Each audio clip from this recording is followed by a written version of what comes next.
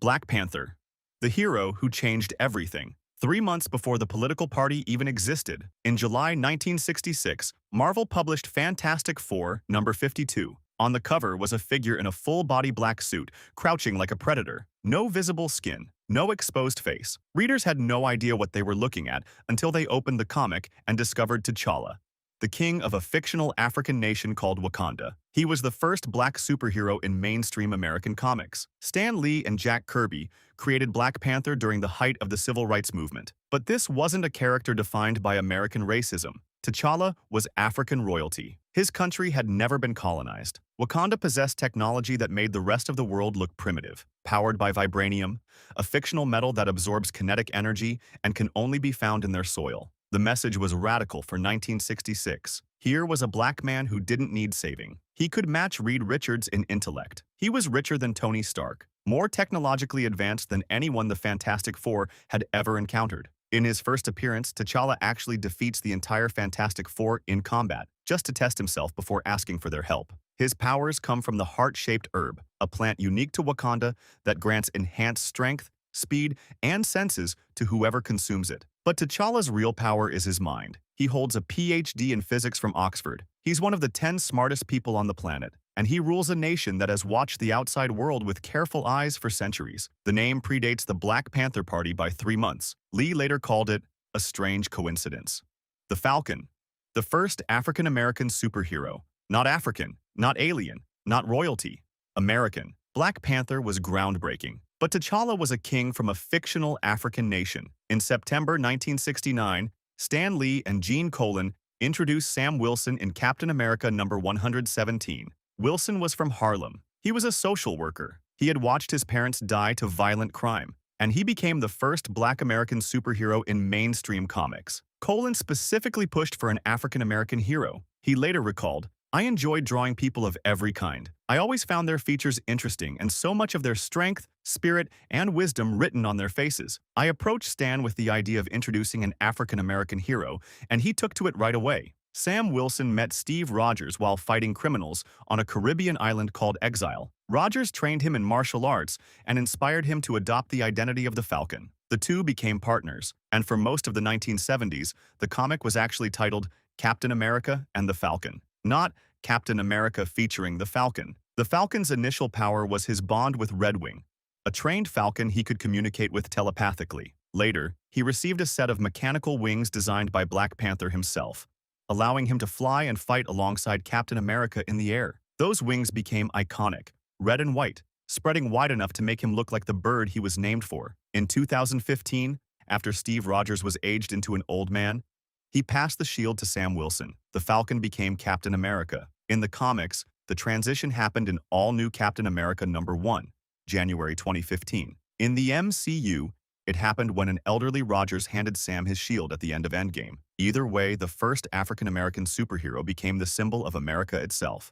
Luke Cage, the first black superhero to headline his own comic, and the hero who charged for his services. Luke Cage, hero for hire. Number 1 dropped in June 1972. The cover showed a muscular black man in a yellow shirt, silver headband, and chain belt, bursting through a wall. The tagline read, "Sensational Origin Issue." He was the first black superhero to get his own title at Marvel. And unlike every hero before him, Luke Cage wasn't doing this for free. Carl Lucas was falsely imprisoned for a crime he didn't commit. In Seagate Prison, a racist guard sabotaged an experimental procedure designed to enhance cell regeneration. The machine overloaded. Lucas emerged with unbreakable skin and superhuman strength. He escaped, changed his name to Luke Cage, and set up shop in Times Square as a hero for hire. The concept was genius. Here was a black man in early 1970s New York who had been chewed up by the system, framed by a former friend, locked in a prison with racist guards, experimented on without proper consent. He emerged with the ultimate defense, skin that couldn't be cut, shot, or burned. And instead of joining the Avengers for free, he charged for his services, because heroes need to eat too. Luke Cage was born from the blaxploitation era, and his early comics leaned into that aesthetic. But the character evolved. He became partners with Iron Fist. He married Jessica Jones. He led the New Avengers. He ran for mayor of New York, and won. The symbolism of bulletproof skin wasn't lost on anyone. In 2016, when Luke Cage debuted on Netflix, the showrunner dressed him in a hoodie, A black man in a hoodie who couldn't be shot. The image spoke for itself. Blade. The vampire hunter who saved Marvel before the MCU even existed. Eric Brooks was born during a vampire attack. In 1929, London, a vampire named Deacon Frost bit his mother while she was in labor. She died. But something in Frost's bite passed to her unborn child. Eric survived.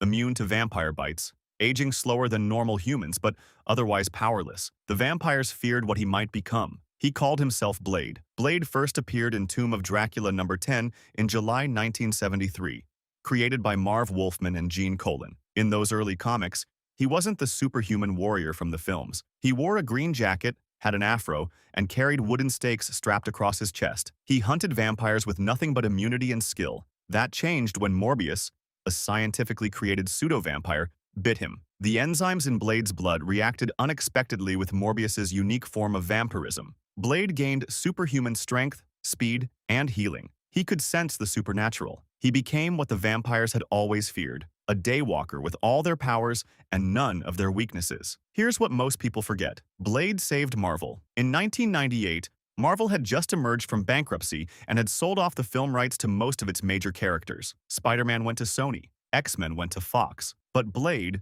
a supporting character from a 1970s horror comic, stayed in-house. The Wesley Snipes film became a surprise hit. It proved that Marvel properties could work on screen. Without Blade, there might never have been an X-Men film. Without X-Men, there might never have been an MCU. The vampire hunter who operated in the shadows ended up being the one who brought Marvel into the light. Storm. The first major black female superhero and the most powerful mutant weather controller on the planet, Aurora Monroe, appeared in giant-size X-Men #1 in May 1975, created by Len Wein and Dave Cockrum. She had white hair, blue eyes, brown skin, and the ability to control every aspect of the weather, from gentle breezes to Category 5 hurricanes. Her backstory was tragedy layered on tragedy. Born in Harlem to a Kenyan princess and an American photographer, Aurora moved to Cairo as an infant. When she was 5, a plane crashed into her home. Her parents died. She was buried alive beneath the rubble for hours. The trauma gave her claustrophobia so severe that she can barely function in enclosed spaces. Aurora survived on the streets of Cairo as a child thief. She eventually wandered south through Africa, and when her mutant powers emerged in her teens, the locals in Kenya began worshipping her as a goddess. She brought rain to drought-stricken villages. She summoned lightning to protect her people. By the time Professor Xavier found her, she had been a deity for years. Storm wasn't designed to be a supporting character. Writer Chris Claremont made her the leader of the X-Men throughout much of the 1980s, during the series' best-selling era. She led the team through the Mutant Massacre, through Inferno, through some of the most devastating storylines in X-Men history. And for a period, she did it without her powers, proving that her leadership had nothing to do with her ability to summon storms. She married Black Panther for a time, uniting two of Marvel's most prominent black characters. But Storm was always more than anyone's wife. Recent comics have confirmed what her worshippers always knew. She's not just a mutant, she's a goddess, in every sense that matters. War Machine. The best friend who became Iron Man when Iron Man couldn't save himself. James Rhodes first appeared in Iron Man #118 in January 1979. He was Tony Stark's personal pilot and closest friend, a Vietnam War veteran who met Stark in the jungle after his helicopter was shot down. The two escaped together, and Rhodes became one of the few people who knew the man behind the armor. For years, Rhodey was just the guy who flew Tony's helicopters. Then Tony Stark's alcoholism spiraled out of control. In Iron Man #169, 1983, Tony was too drunk to fight the villain Magma. Rhodes put on the armor himself. It was the first time a black character had worn the Iron Man suit, and it wasn't a publicity stunt. Tony was falling apart. Rhodes was the only one who could save Stark International. Rhodes continued as Iron Man for years. He fought alongside the Avengers. He participated in the original Secret Wars crossover as Iron Man, not as a sidekick. Most of the other heroes didn't even know it wasn't Stark inside the armor. When Tony eventually recovered and built himself a new suit, he also built one specifically for Rhodes, the Variable Threat Response Battlesuit, loaded with weapons that made Iron Man's look restrained: shoulder-mounted Gatling guns, missile launchers, more firepower than a military helicopter. Tony called it the War Machine. Rhodes wasn't trying to be Iron Man anymore. He was something new, something that fit his military background. Where Tony Stark was a futurist who wanted to solve problems, James Rhodes was a soldier who wanted to end threats. The War Machine armor reflected that difference. Less sleek, more lethal, and painted gunmetal gray instead of red and gold. Miles Morales, the Spider-Man for a new generation, who proved that anyone can wear the mask. In August 2011, Marvel killed Peter Parker, not the main universe Peter, the Ultimate Universe version.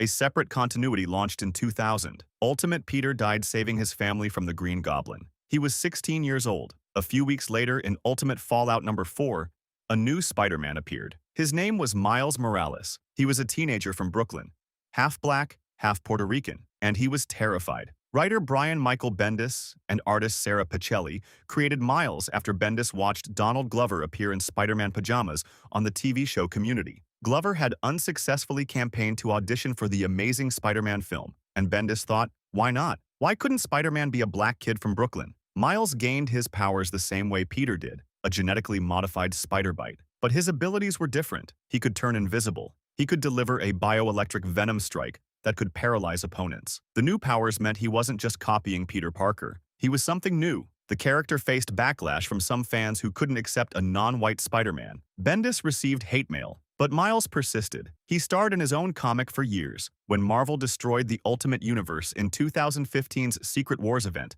Miles was one of the few characters transported to the main Marvel continuity. He now exists alongside Peter Parker, not as a replacement, but as another Spider-Man. Then came Spider-Man Into the Spider-Verse in 2018. The animated film introduced Miles to millions of viewers who had never read a comic book. It won the Academy Award for Best Animated Feature. The sequel grossed over $690 million worldwide. Miles Morales became one of the most recognizable superheroes on the planet. The message of his story was simple, stated plainly in the film: anyone can wear the mask. If you want to see more Marvel history explained, subscribe.